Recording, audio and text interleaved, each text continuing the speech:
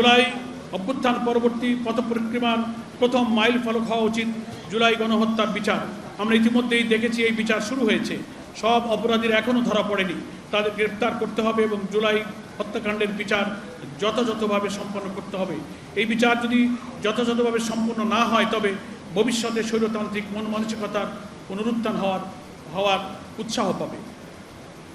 প্রশাসন ও রাষ্ট্রযন্ত্রের অভ্যন্তরে ঘাপটি মেরে থাকা ফ্যাসিবাদীদের দোষরদের শনাক্ত করে আইনের আওতায় আনতে হবে।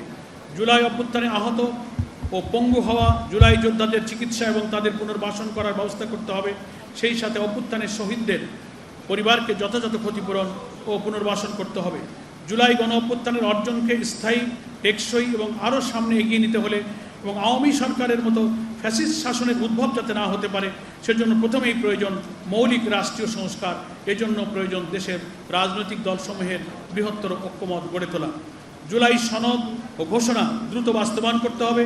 অবাধ ও নিরপেক্ষ নির্বাচনের লক্ষ্যে লেভেল প্লেইং ফিল্ড নিশ্চিত করতে হবে। প্রায় 1.1 কোটি বাংলাদেশি ভোটারদের ভোট প্রদানের ব্যবস্থা নিশ্চিত করতে হবে। শিল্প কারখানাসমূহের দক্ষতা অনেকাংশে নির্ভর করে শ্রমিকদের আন্তরিকতার উপর, যা নিশ্চিত হতে পারে শ্রমিকদের অধিকার নিশ্চিত করার মাধ্যমেই। শ্রমিকদের যথাসম্ভব যথাযথ সর্বনিম্ন মজুরি, বিভিন্ন বোনাস সহ বিভিন্ন সুযোগ সুবিধা নিশ্চিত করতে হবে। কৃষির আধুনিকায়নের পাশাপাশি কৃষক ভাইরা যাতে তাদের পণ্যের যথাযথ মূল্য পায় সেদিকে নজর দিতে হবে। তাদের জন্য কোল্ড স্টোরেজের সহজলভ্যতা, মধ্যস্বত্বভোগীদের পরিমাণ কমানো, রাস্তাঘাট উন্নয়ন এবং পণ্য পরিবহনের সময় চাঁদাবাজির অন্যান্য দুর্ভোগ কমানোর দিকে খেয়াল রাখতে হবে। পরিশেষে সহস্র শহীদ, অসংখ্য আহত ও বিপুল আত্মত্যাগের মাধ্যমে অর্জিত আমাদের এই নতুন বাংলাদেশ মহান আল্লাহ তাআলার কাছে আমরা কামনা করি স্বাধীনতার 54 বছর পর 18 কোটি মানুষের স্বপ্ন পূরণে আমাদের এই অভিযাত্রা যেন সফল হয়। আমিন।